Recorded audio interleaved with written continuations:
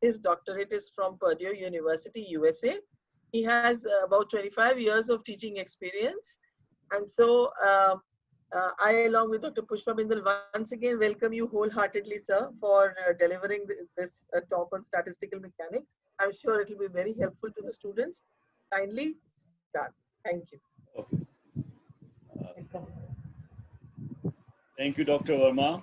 Thank you, Dr. Bindal. And thank you, Dr. Yogesh. And welcome to all the participants. I will start the screen share and then we will go to the lecture. Yes, sir, please share your screen. Yes, I'm trying, but it's not letting me host disable participant. Once again, Dr. Yogesh, please make him co-host. Yes, you have to change the host. Just a fraction of a minute. And yes, So now you will post now. Please. All right, now I can share my screen. Okay, I can do that. Yeah, thank you. All right, so let's get started.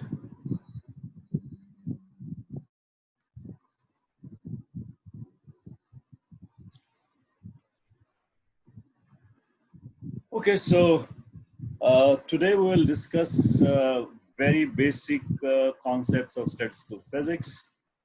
I'm sure all of you would have heard of these words, these phrases, but I think that since statistical physics is a very complex subject, and in many ways it's counterintuitive.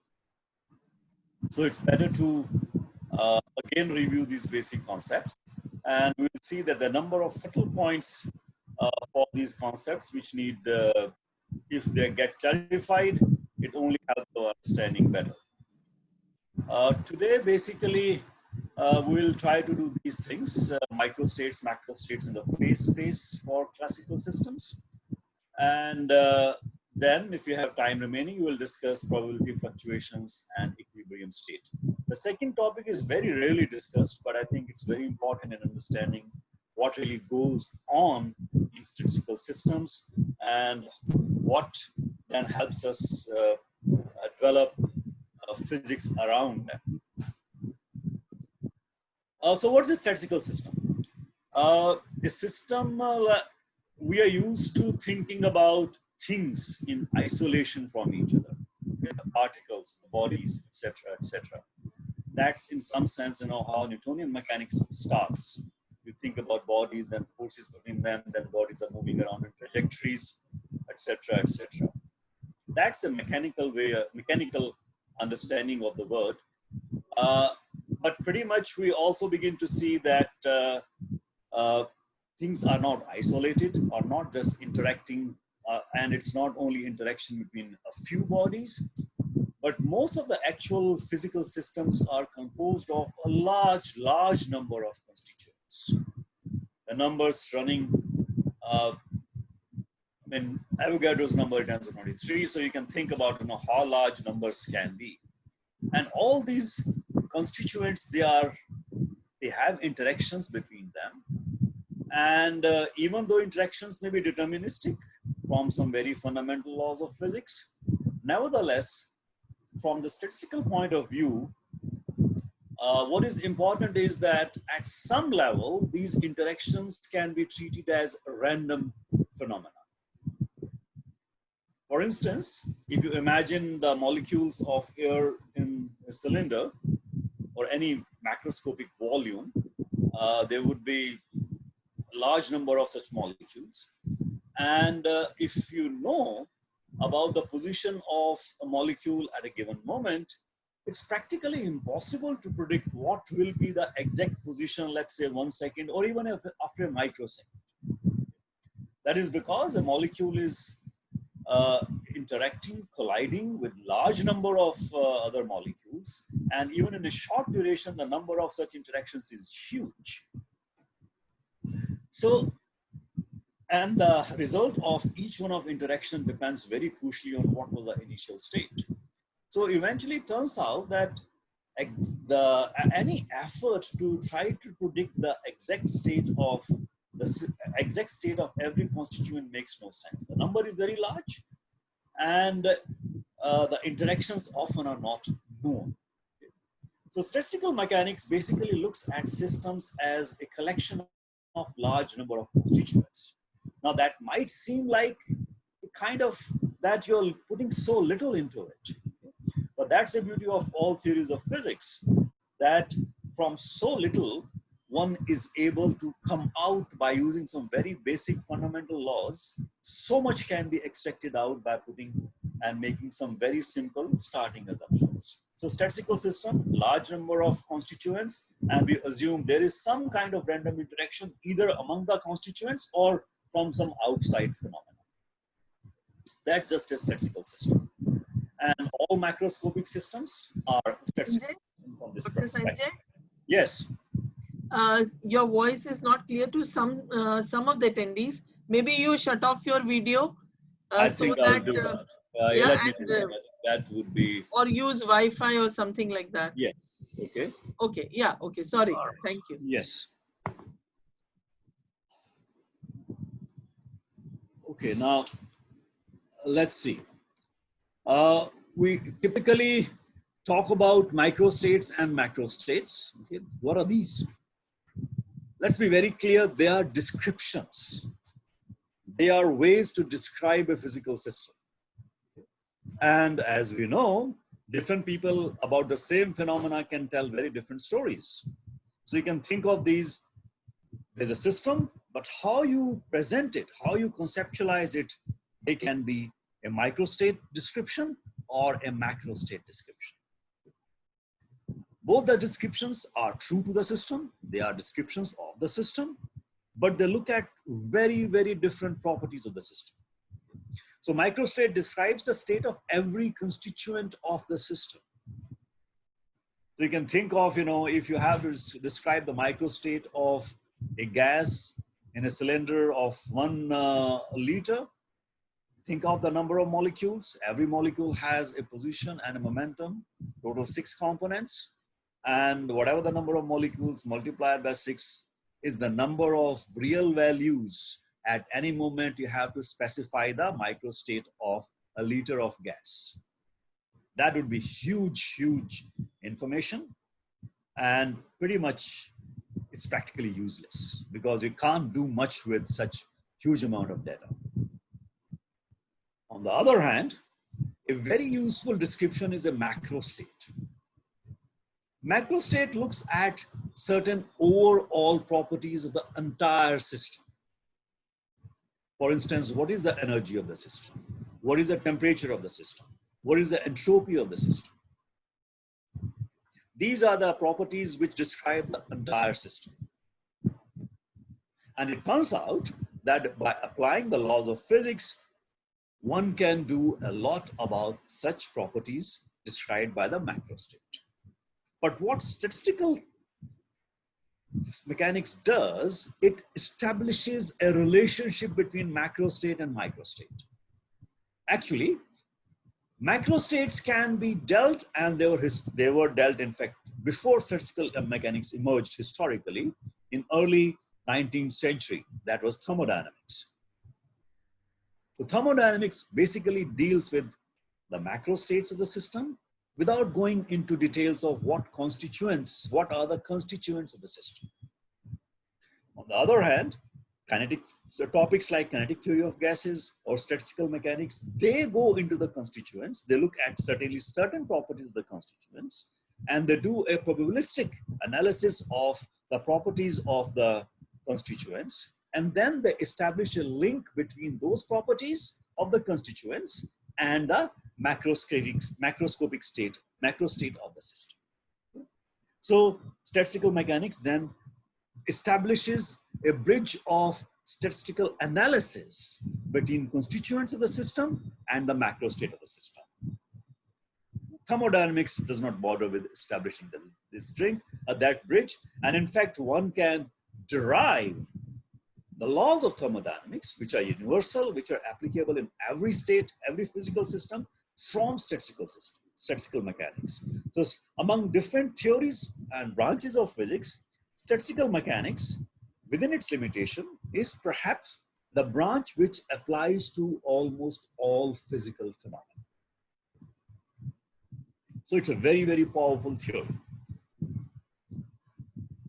Now, as I mentioned that, statistical mechanics establishes a bridge between the constituents, description of the constituents, the microstate and the macrostate.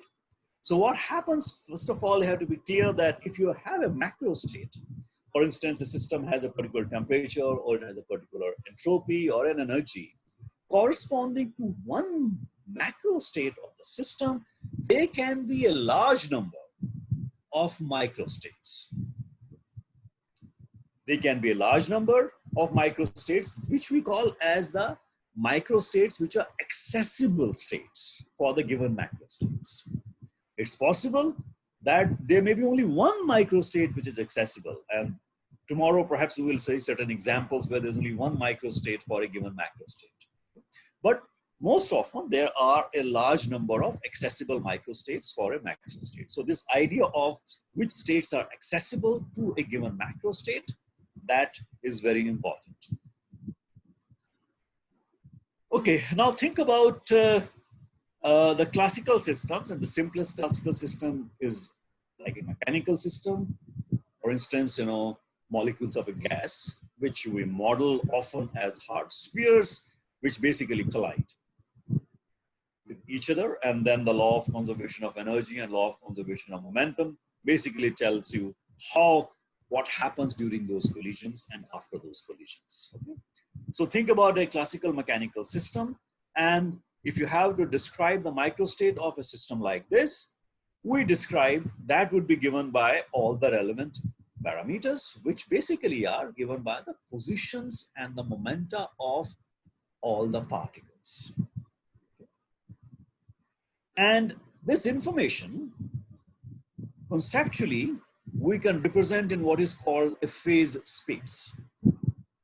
So if phase space is a very abstract concept, if you can imagine an abstract space made up of 6 n coordinates, which are orthogonal. So 3 n of these coordinates, they refer to the position coordinates of all the n particles. 3 n correspond to all the momenta of the n particles. So that's what makes it 6 n dimensional state. And if you pick a point in this 6 n dimensional space, that will have 6 n coordinates in this space, 6 n real values. Pretty much like the real space, a point in real space has 3 coordinates, but this phase space has 6 n coordinates for a point. So a state of a system or a microstate of the system would be represented by a point in this phase space. That's the idea of a phase space. Now, as the time goes on, the system evolves, which means particles of the mechanical system, they are, moving around. So the microstate of the system, which means the point on the phase space of the system that moves on the phase space. So what you have here is a, typically, even though phase space is a 6 n dimensional space, you will see it being represented like, just by 2 coordinates. So there's, we're indicating all the 3 n position coordinates by this axis, and momenta coordinate by this axis. And this could be a state point at a given moment, for instance. The system could be here. Okay? That will specify the positions and the momenta of all the particles. Then as time evolves, the system will move on a trajectory. Okay. All right.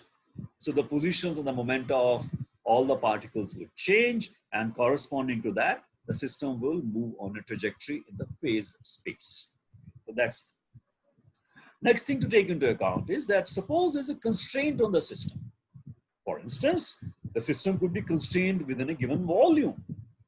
So that means all the position coordinates, they are confined within a range. It means there will be some region of phase space, only that region is accessible to the system. Other constraint could be that the system, for instance, could have a fixed amount of energy. Now, what is energy? Energy will typically be a function of all the positions and the momenta of the constituents. So what you have then is we have some function of these 6n variables being put equal to some constant. And those of you who have some experience with coordinate geometry, if you have n number of variables and an equation linking with this n number of variables, then in that n-dimensional space, you get an n-1 dimensional hypersurface.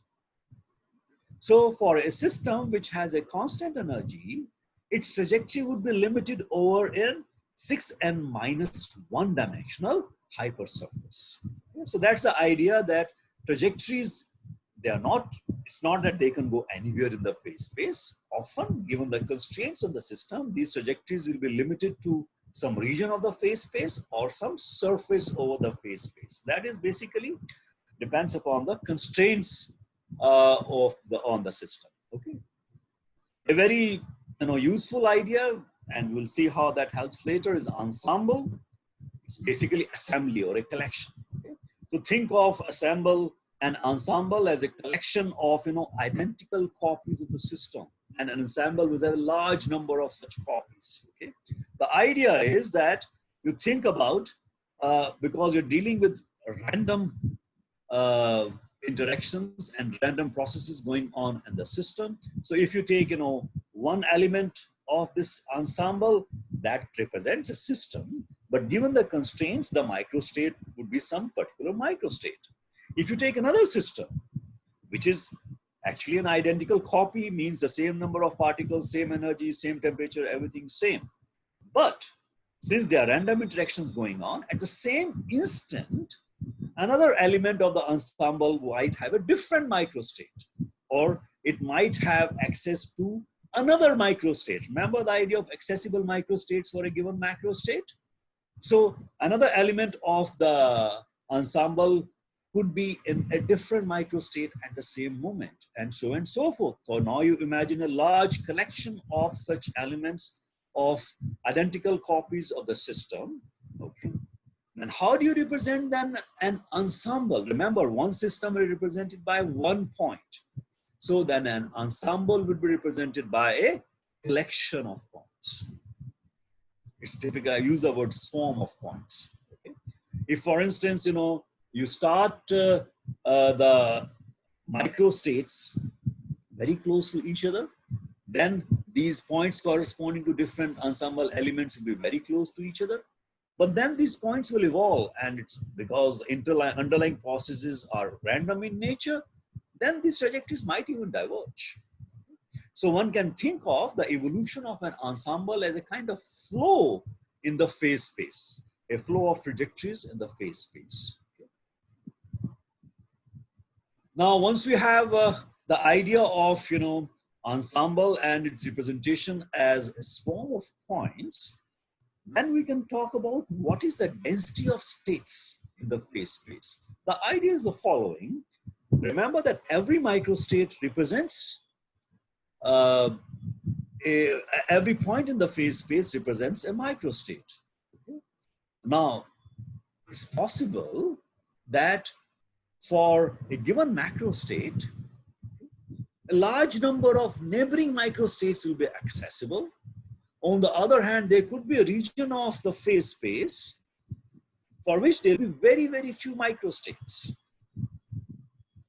For instance, we'll work on this example later. For instance, you imagine a volume containing some gas molecules. Okay? They can be a microstate in which you say, okay, all the particles are on one side and you specify their position. Now, from general considerations, we know, and we'll prove it later also, that this possibility, this microstate, which is accessible, okay, by the way.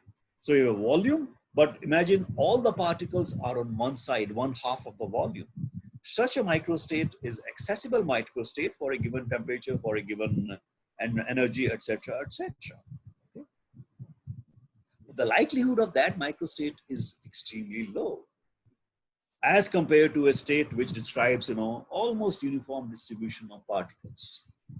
So there would be around different microstates, different densities of these ensemble points, which means if you take a small volume of this phase space, there are how many phase points on the ensemble in that volume?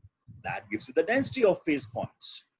That is a very important quantity because it tells you what is the likelihood of, system being in different regions of the phase space or being in different regions which describe different microstates. Okay? So that's very important quantity, and we call it as the dense rho.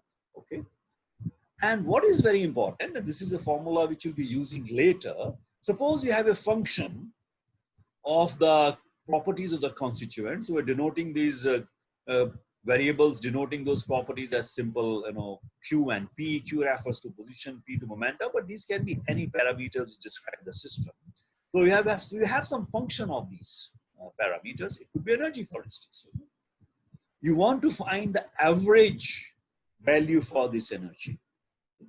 So what do? You multiply. Remember, rho is the density. So if you take a small volume in the phase space, so D3 and Q, D3 and P is a small volume in that 6n-dimensional phase space. You multiply by the density, that gives you the number of points of in the phase space, which means the number of elements in the ensemble in the phase space. You multiply with the value of that function for those Q and P, for that small volume around that, of which gives you the points at rho D3 and D3P. Okay? So that gives you the value of that function for D3 and Q, D3 and P. You integrate it over the all allowed values of these variables Q and P. Now, rho is a measure of the probability of the system corresponding being in microstates, given by D3 and Q, D3 and P. Okay? So if the probability is higher, for some value of Q and P, you're weighing that, you're adding different weighing factors for different values of F.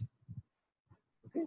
So that's the purpose of this integral. You're weighing the value of that function differently for different values of Q and P. So you integrate it over the entire allowed phase space, and then you divide it by the total number of points in the phase space. Okay. Now, total number of points, when I'm saying, you should think of it in a very qualitative sense. You'll never actually talk about the number of points, because ensemble in the limit actually has infinite elements. Okay. But this is despite being big number of elements being infinite, what you is very clear that the density of points can be different at different points in different regions of the phase space. So then we divide it by the volume of the phase space which is allowed to get the average value of that quantity. This is a very important relationship which will be used often in statistical physics. Let me repeat it. What you're doing is in the phase space, you have this phase space number density, multiplying it with this volume element of the phase space. That gives the weighing factor for which you have to multiply the value of the relevant function to get the average. Why we're doing it? Because the number density of the points has a direct proportionality to the probability of the system being around those points in the phase space. Okay, now this is very important, which is a bit counterintuitive.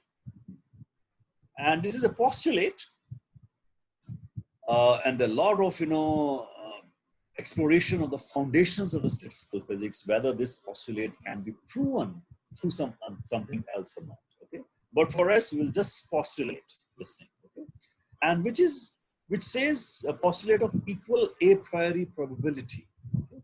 What it is saying is that if a system is isolated, meaning it is not interacting with anything outside, okay? It's completely isolated. System is isolated and in equilibrium. Okay? Equilibrium roughly means that its state, macrostate, is not changing with time. Okay? Then it is found with equal probability in each of its accessible microstates. Remember what was the idea of accessible microstates? A given macrostate. Corresponding to that, there would be a large number of accessible microstates. Okay? What you're saying is that every microstate which is accessible has equal probability. This is very important. Okay? Let me tell you what it means. For instance, you think about a collection of volume, a collection of molecules in a volume. Okay, one state can be you label the molecules. Okay, from 1 to 10⁻23 or something. Every part there's a number to each of them. A microstate is that every molecule has some specific position. And imagine that one microstate would be that these molecules are, the density of these molecules is same everywhere in this volume. But remember, this is a microstate, which means you're identifying every molecule. So 1 to 10 to the power 23, they are uniformly distributed at their some specific positions in the volume. That's a one microstate. Another possible microstate is all these molecules with their specific labeling, and they are at on the, let's say, one side of one half of the volume, and the other half is nothing. That is also can be an accessible microstate. Okay. Both these have equal probability according to this postulate. And obviously the question arises, if that is the case, why don't we see the situation that all the molecules are in one half rather than the entire volume? Why do you notice that, most of the time, at least, the density of the points in the volume is nearly uniform everywhere? That's a counterintuitive idea. Okay? But the postulate is, against our normal expectations. You will see, there's no contradiction here. You will see in a moment why that's the case. So this is a equal a priori probability postulate. Every microstate, every accessible microstate has equal probability. So it's important here. Now this is another result. We are not proving these things. This thing can be proved. This statement can be proved, and tomorrow we might even prove it. Okay? If a system is at temperature T, what's the meaning of the temperature?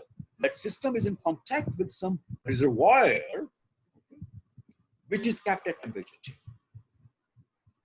Then the probability that the system is in a state with energy ER is given by this expression. This exponential minus E by KT, if you have been working in statistical physics or in thermodynamics, this function pops up almost everywhere.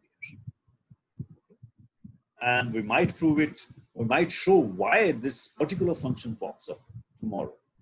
But for the moment, let's just take it that this is the probability that if there's a state with energy ER, what's the probability that the system would be in that state? Now let's think about what do you mean by the reservoir and a system being in contact. Okay? What we are saying here is that there's a large reservoir which has some, with which the system is in contact. What it means is that system can exchange energy with the reservoir, which is different from the earlier statement of equal probability, because there the probability was same for every state, but that was an isolated system. This is not an isolated system. This is a system which is in contact with the heat reservoir so that its temperature remains constant, same as T. Heat reservoir is much used. So even if the heat reservoir exchanges some amount of energy with the system, its temperature does not change. Okay? So a system like this at a constant temperature, its energy it's not isolated, its energy will not be constant, its energy will be showing fluctuations because it will be continuously exchanging energy with the heat reservoir. So this thing does not contradict the previous statement of equal a probability, because here we are saying it probability goes like this exponential function. So naturally, different states with different energies have different probability. All right, that obviously does not contradict because this system is not isolated. All right, so this is the expression which you would have seen many times. Another thing which many of you would have seen is energy equipartition. Now that energy equipartition can be proven through kinetic theory of gases. Some of you might have seen it, but in statistical physics also that can be proven through probability, the probability arguments, which some of them we have seen. Okay. For instance, if suppose a constituent has a quadratic function, energy of a constituent is a quadratic function of some variable, okay, like half mv square. V is a variable, okay? Or if you want to write kinetic energy, P square by 2m, momentum in terms of momentum. Okay? or if it's a potential energy of a harmonic oscillator, half kx square. So many examples of energy, they are quadratic in the corresponding variables. So think about energy of a constituent is quadratic in some variable, and they can be more than one variable. We just pick one of them. Okay. Then if you ask what is the average value of this energy, go back to the expression for the probability of the energy, system having an energy, exponential function, okay, and find the ensemble average. Put that formula. You will get, this is an integral. Okay. By the way, I should have mentioned that K is a Boltzmann constant and capital T is a temperature. Okay.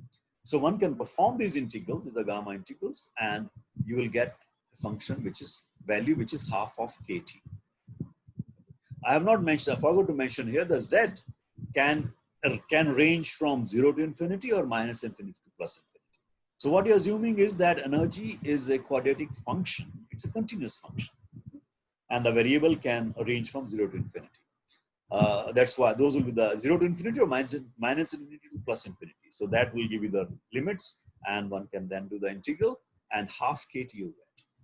What's the meaning of it? Okay. Every quadratic term in the energy of the constituent corresponds to 1 degree of freedom. Okay, and every degree of freedom has half KT energy for a constituent. If your gas is has n number of particles, then the energy of the system will be half mv square or p square by 2m for every molecule of the system, and there'll be 3 degrees of freedom because energy will be simply kinetic energy. So p square by 2m for every constituent. There'll be n number of systems, 3n numbers of the corresponding, px square by 2m, py square by 2m, pz square by 2m. So 3n such terms. Every term would have half kT, so the energy of the system will be 3 by 2 n kT. That would be the energy for an ideal gas according to this. Okay, but many systems don't have to be ideal gas. There could be other energy terms also. But the main idea is that every term in the constituent energy which goes quadratically contributes half kT for the system at equilibrium, at temperature T. All right, so that is the equipartition theorem and its result. Now what we'll do is to get these ideas slightly more solid, we'll go through these 2 examples, okay, very simple examples. So you please read through the statement of the problem. First problem deals with a large number of atoms. Okay? They are isolated. Okay? And the system consists of this number of atoms. There is some process going on, which means that the atoms can take internally 2 energy states. One energy state is like a ground state. We call it, it has energy 0. And the excited energy state, let's say, is half electron volt higher ground state. So every atom has 2 possible energy states. Okay. Now these atoms have some random interaction with outside. They're not interacting with each other, but there could be something else happening because they could be, for instance, in the bath of radiation. Okay. There could be a number of photons striking these atoms, for instance, or some quantum mechanical processes going on. So let's not bother what is causing those transitions, but random processes causing these atoms to fluctuate between different states. The microstate of the system will be that which atom is in which state at a given moment. That will be microstate, a particular microstate. Now, what you ask in this question is the following. Okay, first of all, there's a little bit of more information. The ground level is doubly degenerate, okay, which means that the lower the ground energy level, there are 2 possible states for the atom. It's like hydrogen ground state. It has spin up and spin down. Yes. Yes. Hello. In this sentence that you are reading out, I think the number 2 is missing after there are 2 states of the atom. Wait a minute. The Oh, ground level is doubly degenerate. thank you. Yes, Yeah, yes. yeah. I mean, the students will not gather then. That's Right, why I right. put Yes, it out I'll here. correct It's this. just a typo error. Yes, Yeah, yes. Thank you. thank you very much. So the ground level is doubly degenerate, which means that there are two states. Cancel this state. There are two states of the atom with this energy. Okay, it's like the hydrogen ground state, hydrogen atom ground state, spin up, spin down. And the first energy, excited state, let's say, is a four-fold degenerate. You heat the system to 7,000 degree Kelvin. What fraction of atoms are in the excited state? That's a question. Now, how would you go about doing it? Well, this is the answer. So remember that when you're talking about the probability of the system being in different energy states at a given temperature, what was the factor? Exponential minus energy E by kT. Okay? So this factor E minus E raised to power minus E by kT, E would be, for ground state, E is 0, so this factor is simply 1. And for the first excited state, I should have mentioned E1 here, the first excited state, E is 1.5 electron volts. So you can convert either kT also, with T being 7,000 to electron volt, or you convert, electron volts to joules. So whatever the way you do, you'll get obviously the same ratio, and that fraction turns out to be 0.084. This is simply E minus E by kT. Now the question is, how would you find the probability? This is very important. The fact that there are a number of states with the same energy level come into play. Okay? Since all states with a given energy level are equally likely, the probability to be in a single state with energy E should be multiplied with the number of states at that energy. Right? This is important. Okay? The probability is same for every state at a given energy level. And if you have more states, so atom is equally likely to be in all of those states.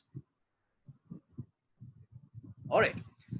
And okay, so what we have to do is, if you look at the expression here, then in the numerator, what you have to see, what are the fraction of atoms in the higher energy state. Okay, so that you have to multiply 0.084, which was a proportionality constant for the probability, multiply the number of states at the excited level. Okay. All right, but to get the normalization, you have to take care of the probability coming from all the states. And what are all the states? We have the 4 states with probability 0.084 times some constant, and the ground state. By 2, because remember, ground state has E minus E by kT. All right, so that's why it gives you 2 into 2, doubly degenerate, 2 into E minus E raised to power 0 gives you 1. So this is this contribution coming from the states in the ground state, and this contribution coming from the states in the excited state. You get some number, but you can very well imagine, as temperature increases, this would increase. Okay, this value will increase. Furthermore, as the number of degenerate states increases, then again, this number would increase. So the fraction of the atoms in the excited state would be dependent on the temperature and the number of degeneracy of the energy level. Those of you who have done the course in astronomy, you would know that the light which you receive from stars, that has absorption spectrum and emission spectrum. Now, there's a particular signature of the elements which are present in the atmosphere of those stars because of the energy levels, okay? And different degeneracy for different energy levels. So one can actually predict if an element has a particular concentration in the atmosphere of a star, what should be the probability of an atom of that element being in a given energy state. And from that, one can figure out what's the intensity of the emitted or absorbed light. Okay. So formulas like this, or calculations like these, gives you a window to go from the observed intensity of the starlight for a given frequency to the concentration of different elements in the stellar atmosphere. It's a very important result. Okay. Now let's go to the second problem. looks complicated. You're trying to model an anisotropic crystal. Okay. Our crystal model, at least the classical model, we can imagine, every atom is in some sense attached to neighboring atoms, okay, with certain bonds, and every atom in its position then can oscillate. But it cannot oscillate freely because it is tied to the neighboring elements. And all the interactions of the neighboring elements you can think of like a springs. So you can imagine, a number of springs attached to the atom. And with that, the atom can oscillate in space. And one can very well imagine that if the property of the neighboring elements, they have different bond strengths, different elements have different bond strengths, it will be easier to oscillate in one direction than in another direction. Okay? So that creates an anisotropic crystal. And we assume that, it's oscillating harmonically, but the spring constant in different directions is different because it's anisotropic.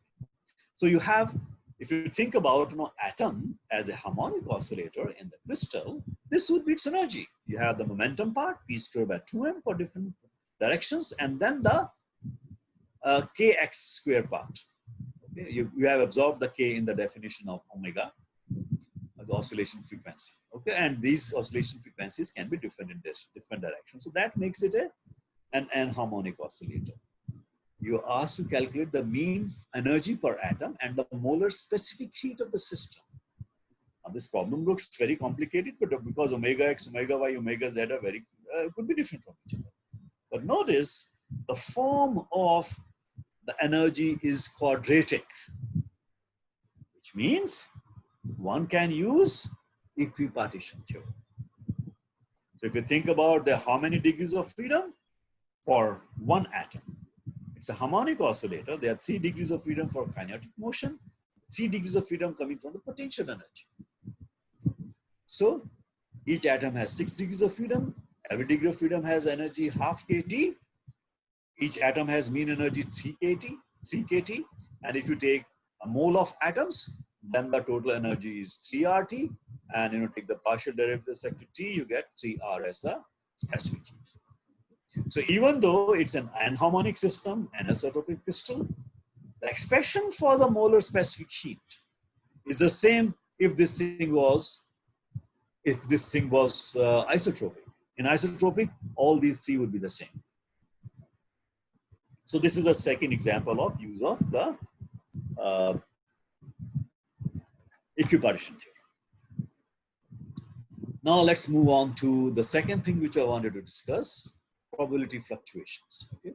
Because this example will take you closer to what is actually happening. Okay?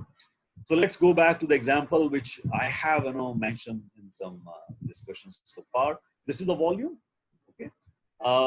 Left half we just call it 1, right half as 2, and we just imagine some imaginary boundary. There's no real boundary here. Okay? Just for our analysis, you imagine this boundary divides the system into 2 halves, into left half and the right half. Okay?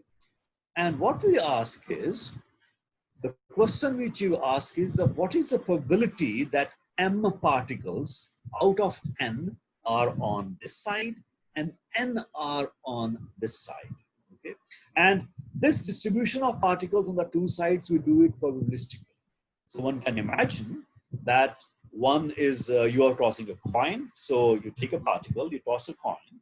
If the coin comes head, you put that particle on this side. If the toss comes tail, you put the particle on this side. Okay? So that makes it a very clearly probabilistic distribution. Okay? And that is what the model of distribution of particles is in the statistical physics. The positions are randomly determined. Okay?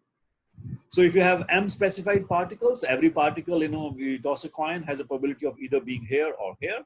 So if you think about, a particle on side 1 on the left side, the probability is 1/2. You have m such particles, because what you're looking at is the probability of m particles being here and n particles being here. Okay? So there 1/2 for each of the m particles for the left side, 1/2 for each of the particles on the n minus some side.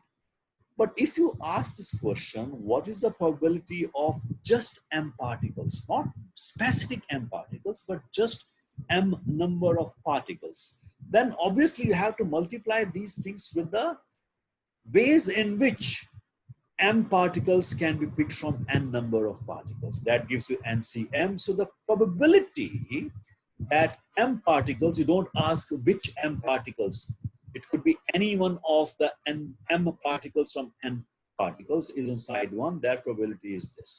So 1 by 2 raised to power n comes by multiplying these two probabilities, and this is the NCM factor.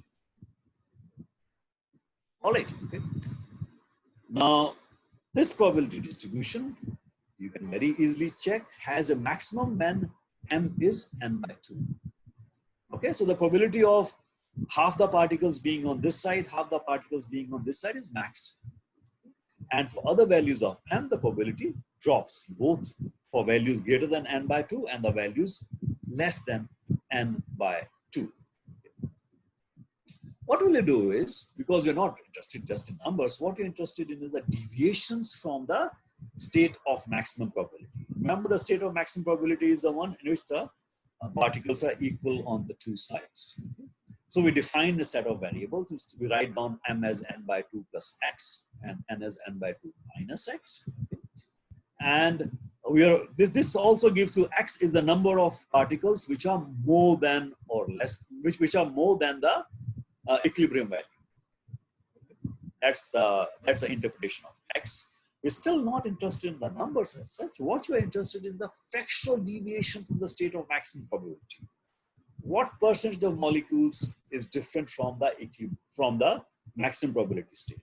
So we divide these numbers x by n, and we get this variable z. All right. So what can be the minimum value of x? Well, the minimum value of x can be minus n by 2 because the minimum m is 0. So when x is minus n by 2, z is minus 1 by 2. What is the maximum value of m? Well, the maximum possible value is n by 2, all the particles on one side. Okay. Z corresponding to that is n by 2. So that gives you z equal to plus, well, I shouldn't have added this double sign, should have been only 1. So z ranges from minus 1 by 2 to plus 1 by 2. So that gives you, but z gives you the fraction of molecules fraction of particles which are above the distribution in the maximum probability state. Okay? Now, we had the expression earlier for the probability for m, so we can convert that expression into z and use the Stirling formulas. We assume that's much larger than 1. So the n factorial, log of n factorial from Stirling formula is this expression. You put this expression, okay, and you get a probability distribution for z, okay, which turns out to be this. The Stirling formula is giving these expressions, so we'll just leave that out, how it comes. But this is the expression. It has this exponential minus sign is important, that z squared times n. Okay. Now what we do, we compare this expression to this expression. All of you would have seen Gaussian distribution, okay? Which this is the mathematical form of this expression, that distribution, and this is the graph. So this is the graph Gaussian distribution. Okay, let's go to this formula. Here, you know, this is z, and mu. Gaussian distribution is described by two parameters: the mean value, which is mu, and the standard deviation of this value, which is the sigma here. Okay, a mean value, of course, tells you around which value the distribution is centered. For this graph, it's centered around x equal to 0. Okay? And then sigma tells you how fat or how narrow this curve is. Okay? So basically, this, for instance, is the range from x going to minus sigma to plus sigma. Okay? Now, the idea is that the area under the curve between minus sigma to plus sigma through the mean is 68% of the total area.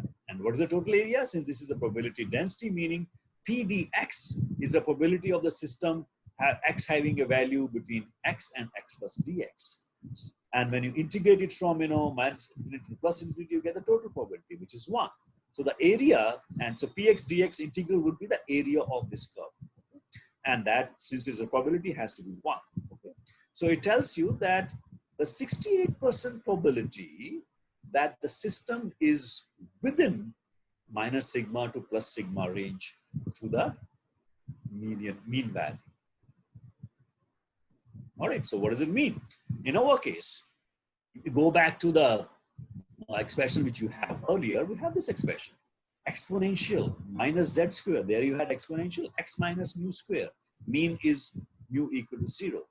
So this is a Gaussian distribution distributed around z equal to 0. And what is z equal to 0? Z equal to 0 is x is 0, which means m is equal to n by 2, n is equal to capital N by 2. That's a state of maximum probability. The probability is maximum at z equal to 0. Okay? And then you have this factor, which now we interpret in terms of sigma. I think there should have been a factor of 2 I'm missing here. I think there's a factor of 2 here. I will correct it when I will hand over the PPT for records. So there should be a factor of 2 here. But remember this factor sigma. There the sigma was in the denominator. Here it is a numerator. Okay? So what we can do, we can read off the corresponding standard deviation from the earlier value.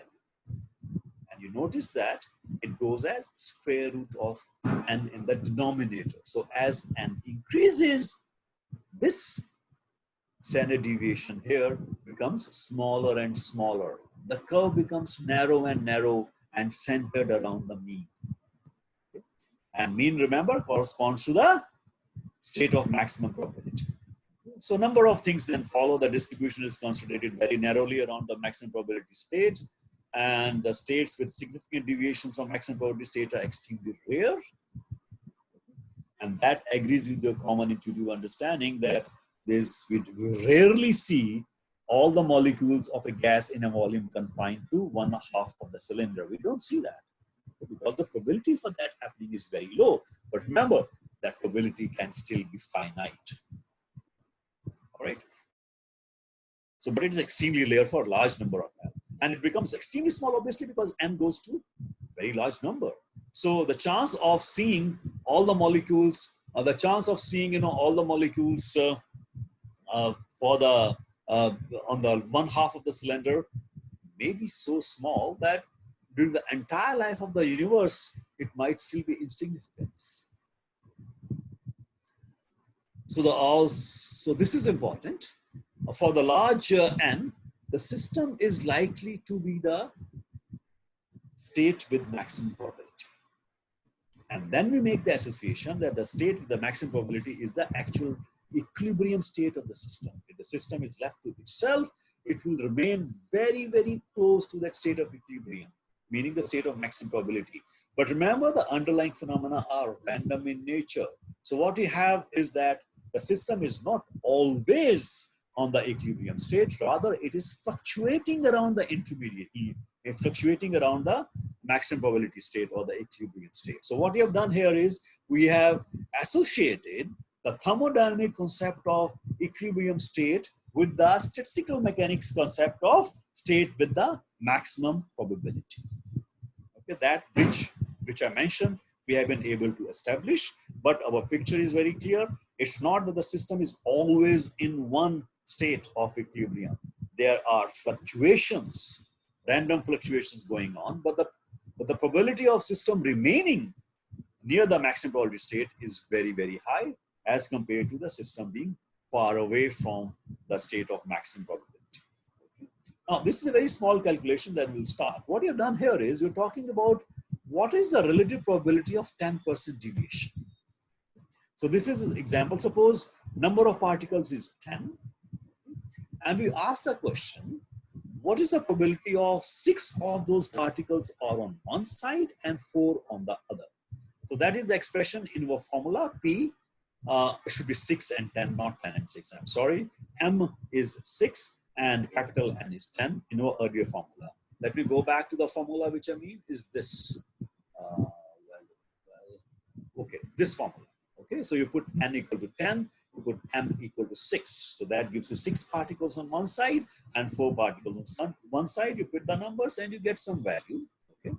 What we do is, since you're interested in finding the relative deviations, we divide it with the probability for equal distribution. 5 on one side, 5 on the other side. the ratio which you get is 0.8. So the ratio of the probability of 6 on one side to the ratio of 5 equally distributed, that ratio is 0.8. This probability is still larger than this because that's the state of maximum probability. Now do the following. You increase the number of particles to 1000. Okay? And again, ask about 10% deviation. We know that the equilibrium state is 500 on one side, 500 on one other side. 10% deviation would be 600 on one side. Now what you can do, you can use the formula for Z. You don't have to now do that, the calculation which you did, n factorial, 1000 factorial will be huge, but you can use this formula. Okay? What's the value of Z for 10% deviation? Z is 0.1. So in that formula, you put Z equal to 0.1. That gives you the probability for 10% deviation. You divide it with the probability for state of maximum probability, which is 0. Z equal to 0 is the state of maximum probability. The particles on the two sides are equal. You get this function, exponential of minus 20. What is that? 10 is for minus 9. So what you have done is you multiply the number of particles as 100 times, but the probability that there will be 10% deviation of number of particles away from the state of maximum probability drops by 10 raised to power minus 10. 10 is for minus 9. You can see the number of particles have increased only 10 for 2 times. But the deviation probability has decreased by 10 is for minus 9. That gives an idea how fast the Gaussian curve for probability distribution of different states becomes narrow and narrow as the number of particles increases. That's why even though we say that all the microstates are equally likely, but the probability of, okay, let me put it this way.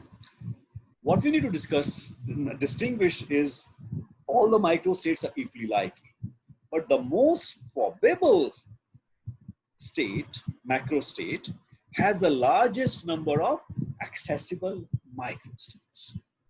Okay? So in our simple example, if you go back to how we found the probability, okay, all the states with different values of m have a common factor like this. What is changing is this.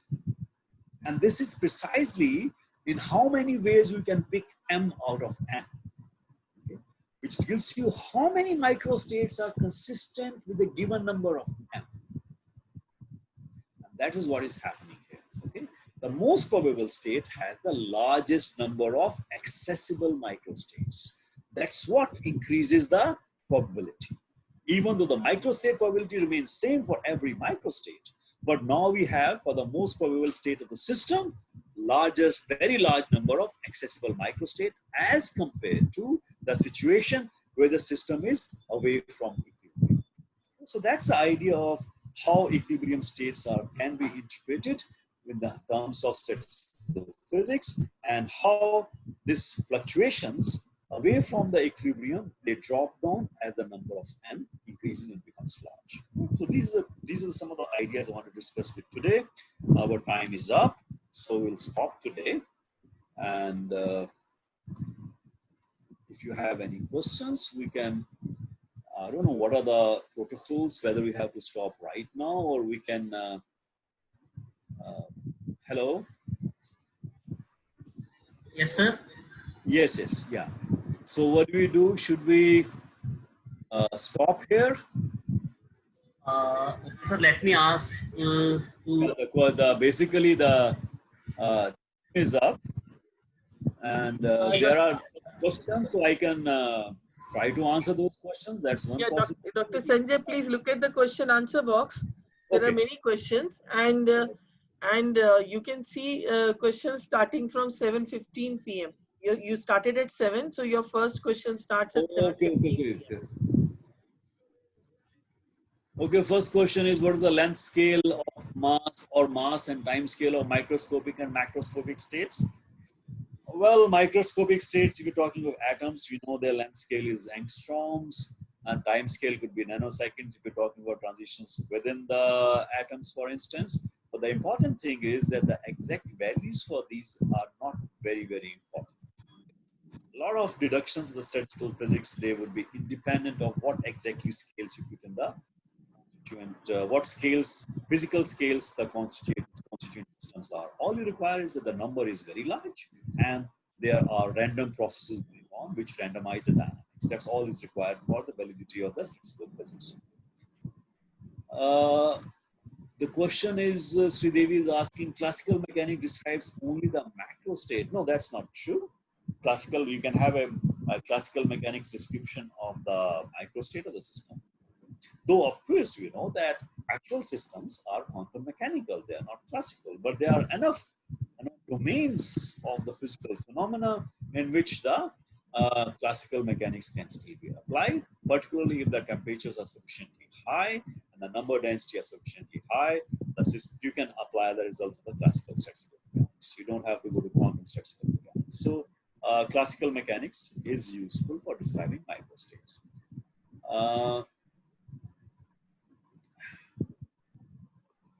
I don't understand why can't 6n coordinates, why we have to have 6n d coordinates when we have d number of particles. 6n d. See, you're getting 6n because every particle, there's a question from Deepika Gandhi of why we need 6n coordinates. See, 6n coordinates because for every particle you have 6 coordinates, 3 for position, 3 for momentum, and multiply that n, that gives you 6n. So the number of particles is coming here. Okay? You don't have to have d as another number of particles. Phase space represented as a different state of matter exists in the space or something else? No, no, no. Phase space is nothing to do with the physical reality. Physical reality, space is, or space-time, if you think about relativity, is 4-dimensional. That's what the physical space is. Phase space is a mental construct. It's a theoretical construct which physicists do to understand the phenomena. It's not there in reality. Okay, let's be very clear. We do talk about the phase transition, etc. That's in thermodynamics. That's a different thing altogether. Okay, the phase space which we discussed is nothing to do with. It's not a well. It's a representation of reality, but reality is not exactly this thing. Okay? You're trying to tell a story about the reality. You need to distinguish between what you think and what is described as what is the description of the reality and the reality. Those are two different things. Okay? So it's a conceptual construct. It's not the reality in that sense. Which system we are considering for this diagram? Well, this is the phase space diagram I just showed you. Know the system. In the phase space, the system microstate would be a point, and as system evolves with time, the coordinates of the position and the momenta for all the particles will change. The system will move on a trajectory in the phase space. So it's just an arbitrary system we're describing. Okay, there are certain properties that the particle, the phase space point is moving continuously. There are no discrete jumps. That's an important assumption we make, and that's also true. Oh, no. See, phase, Ritika is asking, is the phase trajectory same as the trajectory of particle itself, or it can be different? Remember, the phase space is not just a position. Phase space is position plus the momentum. Okay. If you have one particle, okay, we have 6-dimensional space for the position as well as the momentum. But now you're talking of n particles, and phase space has 6n momenta and 6n position. Okay? So if you know if there's a point in the phase space, you know the coordinates and the momenta of all the particles.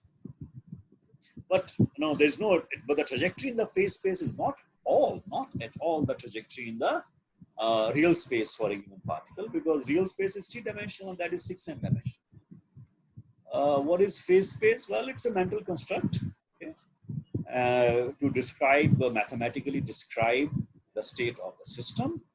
And so every point in this phase space corresponds to one microstate. Well, I told you it's a postulate, so there's no need to prove it. You start with it.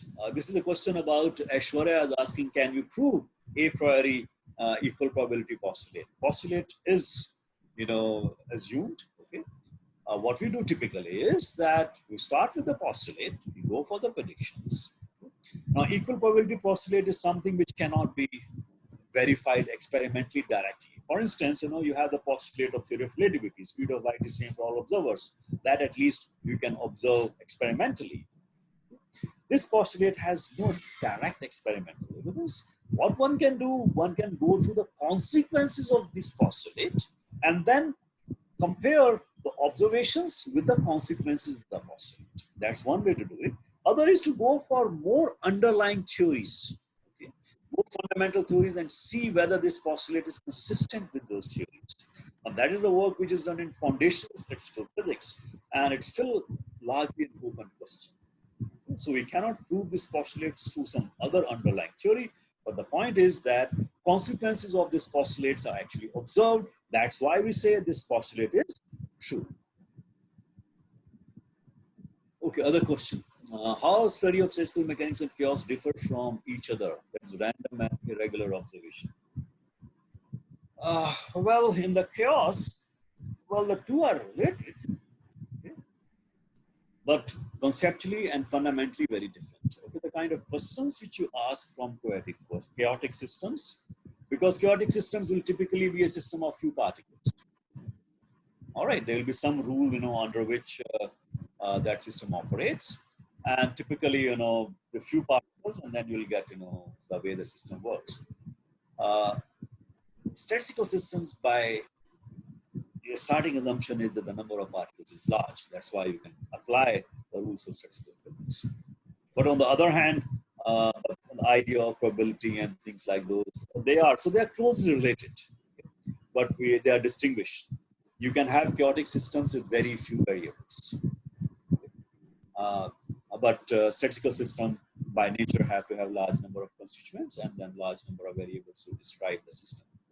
In chaotic system, you won't talk about macrostate or microstate, for instance.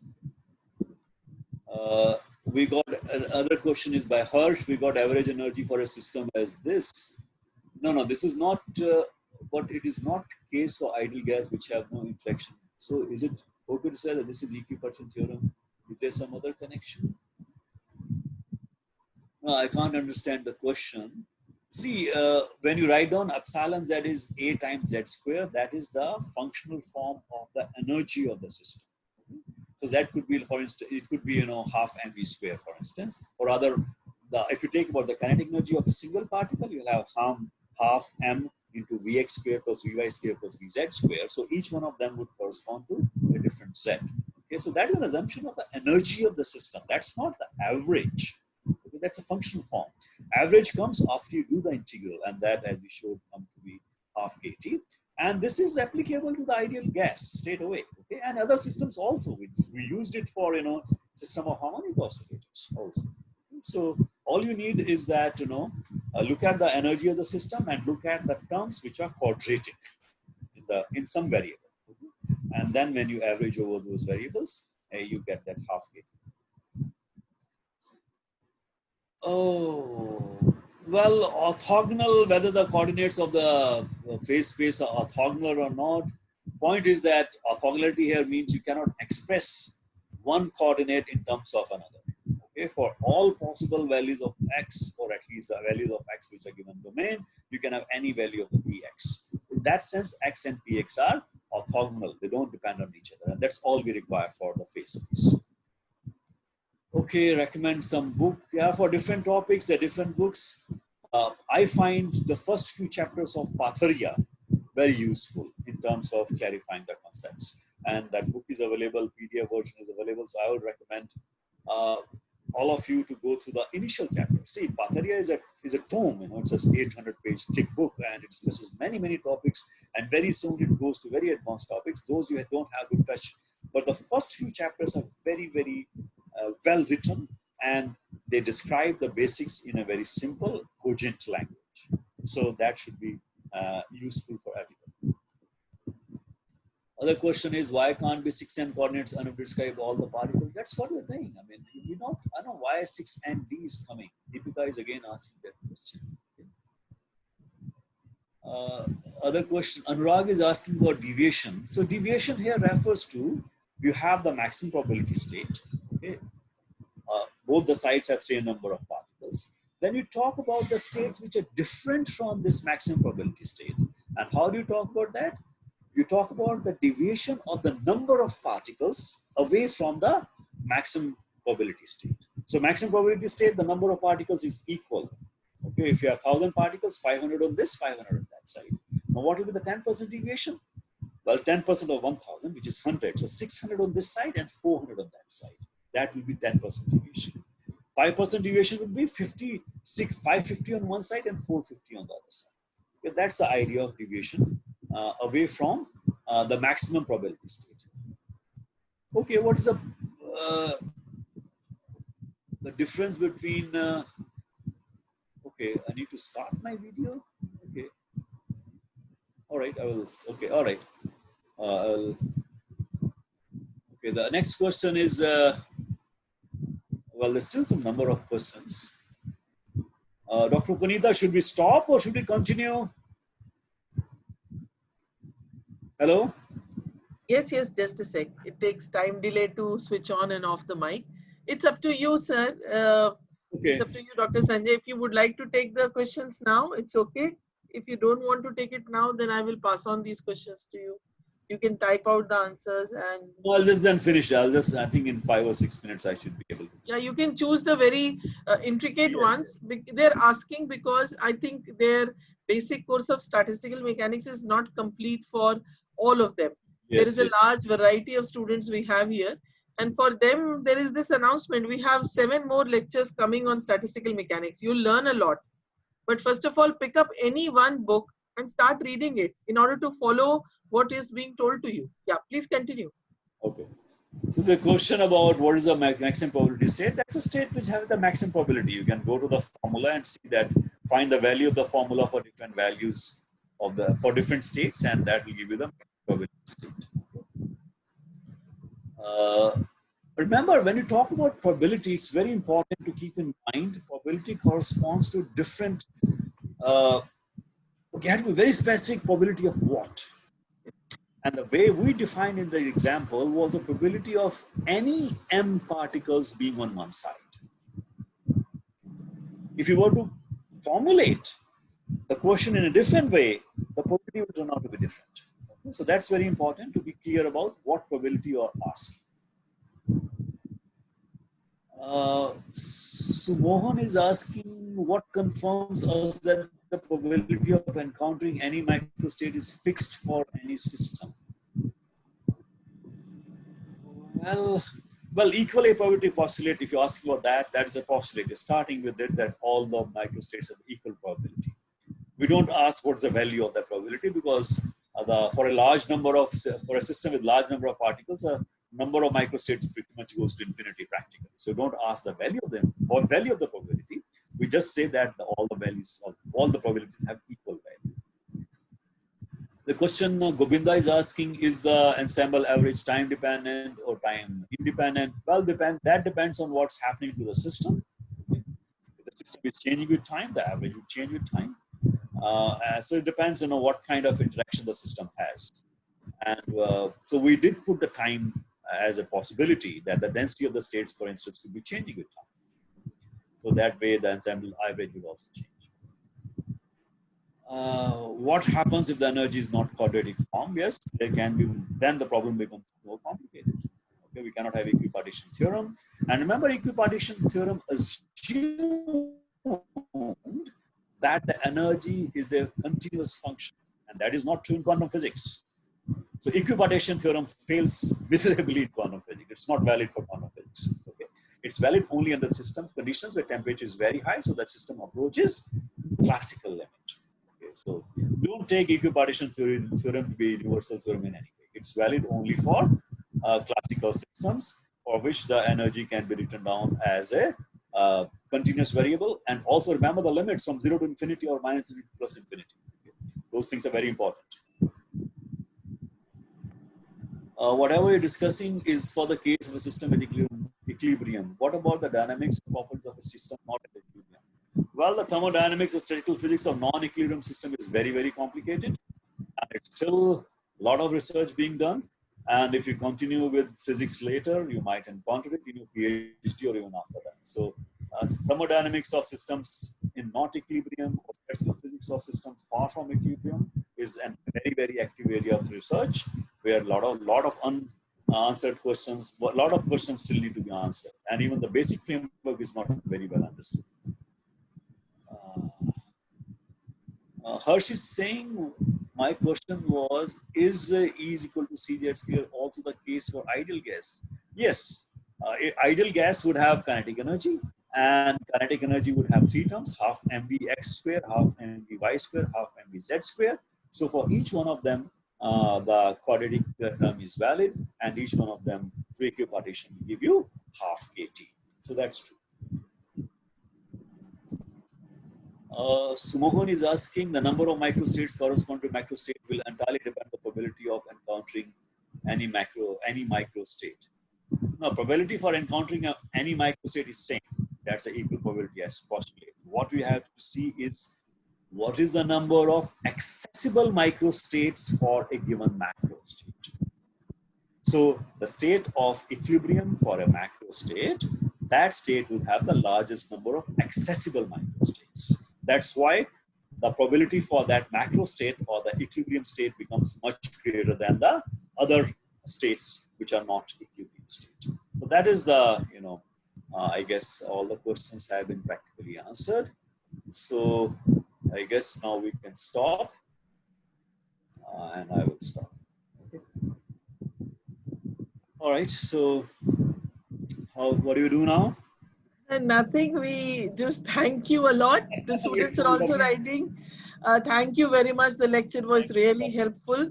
And they're also thanking again and again. So I think it was a very nice way of telling classical statistical mechanics and its application to various small problems in which you are forced to think into different directions of classical. And we'll have another lecture by you tomorrow moving forward, and I'm sure this will increase the depth of understanding more. Yes. So thank you so much, Dr. Sanjay. Thank you, Dr. I'm so glad to have you here. Thank you so much.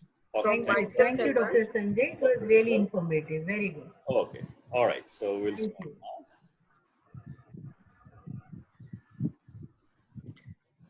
now.